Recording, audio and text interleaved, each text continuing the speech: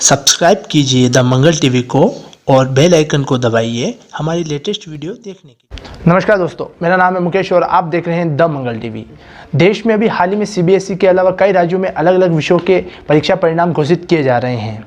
मैं इन परिणामों के बीच जब अपना सोशल मीडिया अकाउंट देख रहा था तो उसमें ज़्यादातर पोस्ट बच्चों के परीक्षा में अच्छे अंक आने के बाद उनके रिजल्ट के साथ उनके परसेंटेज के लिए उनको बधाई दी जा रही है। बच्चों के रिलेटिव बच्चों के रिजल्ट और परसेंटेज को सोशल मीडिया पर पोस्ट करके उज्जवल भविष्य की शुभकामनाएं दे रहे हैं। शुभकामनाएं देना अच्छी बात है।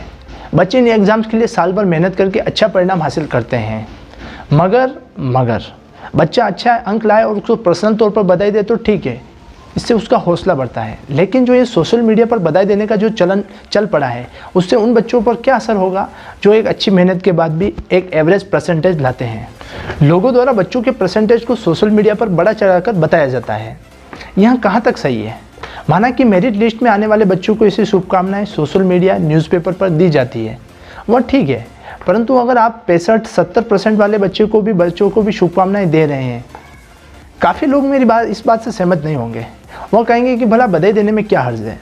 बेशक हर्ज तो कुछ नहीं है, मगर कड़वी सच्चाई यह है कि जो ये बधाई देने का जो ये ट्रेंड चल पड़ा है, ये काफ़ी खतरनाक है। ऐसा क्यों है, इस बात को मैं आपको बताऊं तो उससे पहले ये जान लेना जरूरी है कि भारत में हर साल औसतन 10 से 15 हज़ार तक बच्चे डिप्रेशन के चलते आत्महत्या कर लेते हैं। देश में हर साल बच्चे किस तरह से मानसिक रूप से डिप्रेशन का शिकार होकर ऐसे कदम उठा रहे हैं, हम इसी बात से अंदाज़ा लगा सकते हैं। ये आंकड़े हमें चौंका देते हैं। इन आंकड़ों में हम बेखबर रहते हैं और इन बातों को हम नज़रअंदाज कर देते हैं। आज दूसरों बच्चों के साथ ऐसा हो रहा है, कल कहीं खुद के बच्चों के साथ ऐसा ना हो, इसके लिए अभी से ज़रूरी कदम उठाने होंगे। अब प्रश्न उठता है यह है कि यह सब बच्चे आत्महत्या क्यों कर देते हैं, डिप्रेशन में क्यों चले जाते हैं? तो इनका जवाब यह है कि जो बच्चे ऐसा कदम उठाते हैं उन बच्चों पर उनके माहौल काफ़ी निर्भर करता है। वह किस माहौल में रहते हैं, वो कौन सी सोसाइटी में रहते हैं, परिवार वाले, उनके दोस्त उनके साथ कैसा बिहेवियर करते हैं। बच्चा इस साल अच्छे परसेंटेज लाएगा, उसको आप सार्वजनिक तौर पर बधाई देंगे, यह जरूरी नहीं कि वह हर साल अच्छी परफॉर्मेंस कर पाए। इसका कारण यह है कि आप उससे कुछ ज़्यादा चाहत करने लग जाते हैं, जिसके कारण उसके ऊपर एक आप परफॉर्मेंस का प्रेशर बना देते हैं।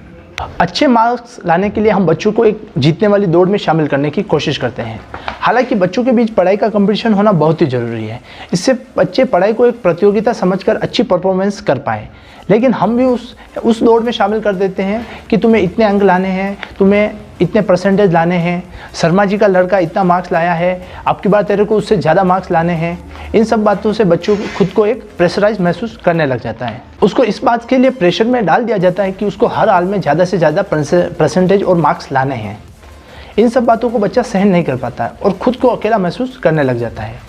बच्चा एक मानसिक दबाव के साथ एग्ज़ाम फाइट करता है, उसकी तैयारी करता है, मगर वह दबाव की वजह से काफ़ी कुछ अपनी काबिलियत इसी वजह से साबित नहीं कर पाता है।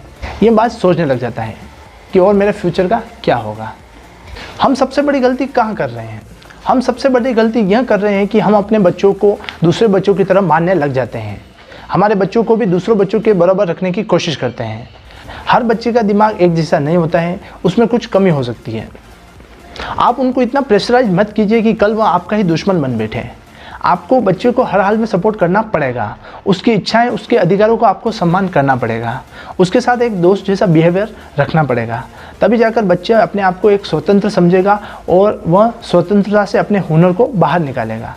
बच्चे को कभी भी डांट फटकार या मारपीट से समझदार नहीं बनाया जा सकता, बल्कि प्यार से ही समझाकर बच्चे को मनाया जा सकता है। ऐसे बच्चे को परसेंटेज जो भी आए सपोर्ट करें और उसको हौसला दें। हम सब बच्चों को बेहतर बनाने के लिए उसकी इच्छाओं का हमें सम्मान करना पड़ेगा। अपने और अपनों का ख्याल रखें। जय हिंद।